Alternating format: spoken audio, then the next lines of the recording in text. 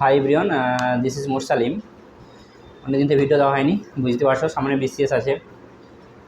আর এই যে আর মোটামুটি মেরে কেটে ওইদিকে 13 দিন আর এদিকে হচ্ছে তোমার 11 দিন, 24 দিন যেটা আছে সেটা কীভাবে আমরা ইউজ করব যাতে ম্যাক্সিমাম আউটপুট পেতে পারি সেই অনুযায়ী করব। দেখো বিসিএস হলো একটা নেশা, এই নেশা যে একবার ধরে যা ধরবে, যে মোটামুটি ধরো স্ট্যান্ডার্ড একটু প্রিপারেশন রেখেছে এবং ভালো টার্গেট রেখেছে তাকে বিসিএস নেশা থেকে ছড়ানো খুব মুশকিল। এই নেশা যে কোনো নেশার থেকেও খারাপ।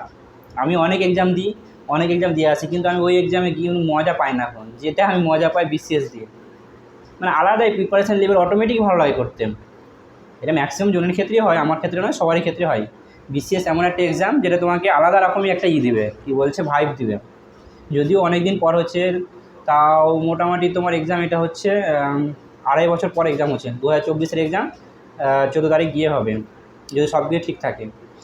এবার দেখো এই 24 দিন কীভাবে মানে আমরা ইউটিলাইজ করব যাতে প্রিপারেশান মানে যেটা আমরা করে রেখেছি অলরেডি। দেখো বিসিএস কিন্তু 6 মাসের খেলা নয়, এখানে মিনিমাম তোমাকে 2 বছর 1 থেকে 1.5 বছর লাগবেই মিনিমাম প্রিপারেশান তৈরি করতে গেলে। 6 মাস পরে কেউ যদি বলে কি আমি বিসিএস কোয়ালিফাই করে নেবো, সেটা হচ্ছে গড গিফটেড যে থাকবে। 6 মাস পরে বিসিএস কোয়ালিফাই করাটা গড গিফটেড সেটা লাগবে, তাছাড়া সম্ভব নয়। যার সিলেবাস আছে মিনিমাম যত মানে আমার কী বলছে প্রিপারেশান করি আমরা যতগুলো আছে সবাইকে দেখেছি আমি, যতগুলো ভালোই ছেলে হোক না কেন 1 বছর লাগে মিনিমাম তোমাকে।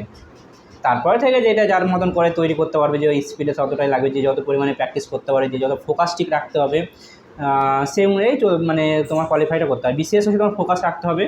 এখানে তোমার আবিজাবি কিছু মানে ভাবনা চিন্তা করলে কিন্তু বিসিএস সম্ভব নয়। মনে হবে কোশ্চেন ইজি আছে হয়ে যাবে, কিন্তু এখানে ভ্যাকেন্সিও কম থাকে, কাট অফ কিন্তু হাই যাবে।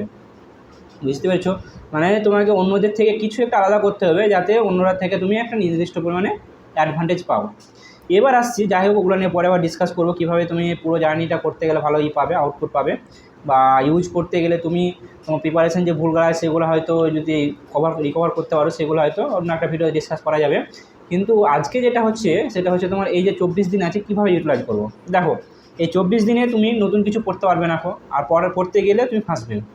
বাস্তব কথা বলছি, যেটা এই 24 দিনে করতে পারো, এখানে কিন্তু তোমাকে 24 দিন পুরোটাই তোমাকে 100% দিতে হবে, শুধুমাত্র ঘুমানো আর খাওয়া দাওয়া বাদ দিয়ে, আর বাকি এক্সট্রা যে তোমার পার্সোনাল কাজ আছে সব কিছু বাদ দিয়ে। এবার দেখো কীভাবে শুরু করবে। তোমাকে রুটিন যে যেরকম যা রেখেছো, যেটা রুটিন মেন নর্মালি একটা কী বলছে এক্সপিরিয়েন্ট হয়ে থাকে, সকাল 5টা থেকে শুরু।